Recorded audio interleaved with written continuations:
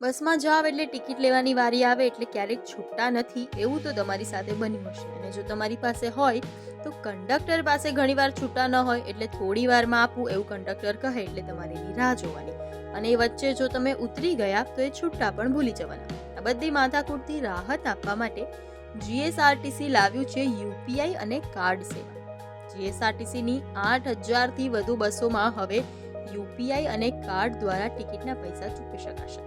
રાજ્ય સરકાર ડિજિટલ ગવર્નન્સને પ્રોત્સાહન આપી રહી છે કે આનો સીધો લાભ મુસાફરને થશે.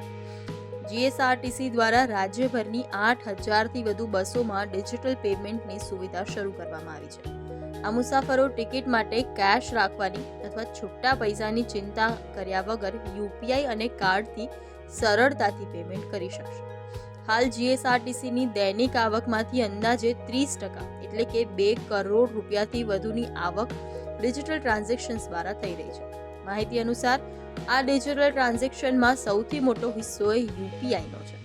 કુલ ડિજિટલ પેમેન્ટમાંથી લગભગ 85% ટ્રાન્ઝેક્શન્સ એ માત્ર યુપીઆઈથી જ થઈ રહ્યા છે.